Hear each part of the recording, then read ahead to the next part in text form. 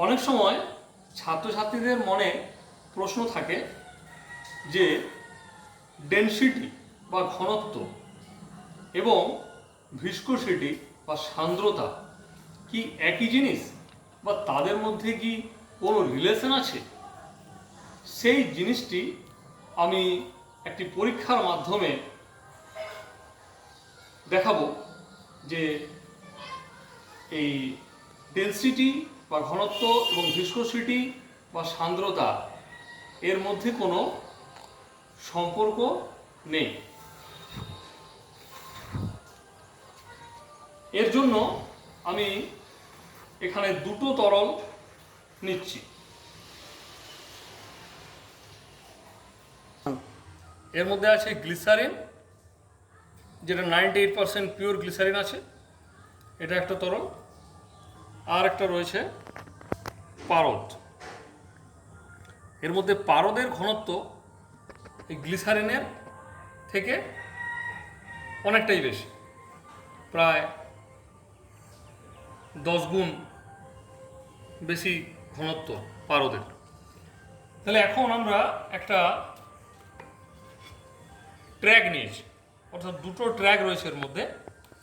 এর একটা ট্র্যাকে আমি অ্যালুমিনিয়াম যে ট্র্যাক, সেইখানের মধ্যে আমি এই গ্লিসারিনকে ঢেলে দিচ্ছি।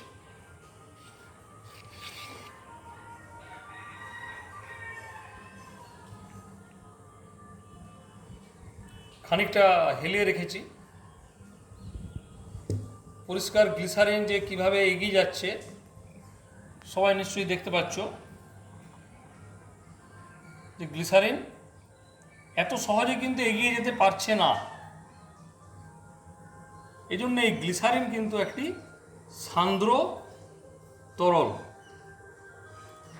আমরা জানি সান্দ্রতা মানে হলো একটি তরলের দুটি স্তরের মধ্যে যদি আপেক্ষিক গতি থাকে, তখন এই সান্দ্রতার জন্যই কিন্তু এই গতি বাধা প্রাপ্ত হয়।